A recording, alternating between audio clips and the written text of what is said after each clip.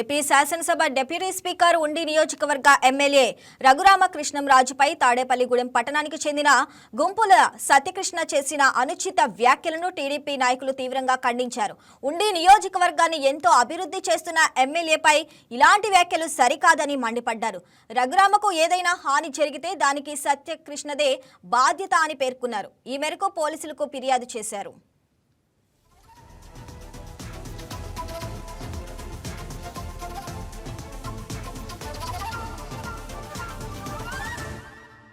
గుంపుల సత్యకృష్ణ అనే వ్యక్తి మన డిప్యూటీ స్పీకర్ త్రిపుల్ గారి మీద కొన్ని ఎలాంటి మాటలు మాట్లాడాడంటే నీ పీక పూసేస్తా లేదంటే రకరకాలుగా చాలా ఇబ్బందికరమైన వ్యాఖ్యలతోటి పదజాలాలు వాడి చాలా ఇబ్బందికరంగా మాట్లాడాడు.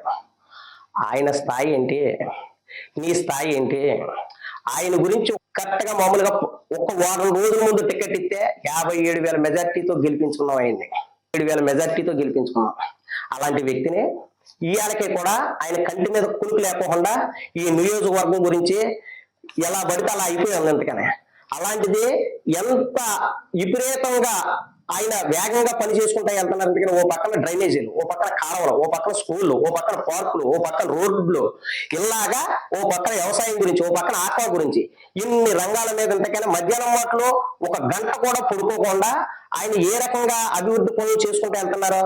అలాంటప్పుడు మేము ఇంత ప్రేమగా త్రిపులారని ముద్దుగా పిలుచుకుంటుంటే ఆయన స్థాయి ఇవాళ 175 మంది ఎమ్మెల్యేలు ముందు ఆయన ఒక డిప్యూటీ స్పీకర్ స్థాయిలో నుంచుంటే పీక కోసేస్తా లేకపోతే మామూలుగా ఎలా పడితే అలాగా నిన్ను తన్ని తవిరేస్తాం ఏంటి ఈ వ్యాఖ్యలు అంటున్నా.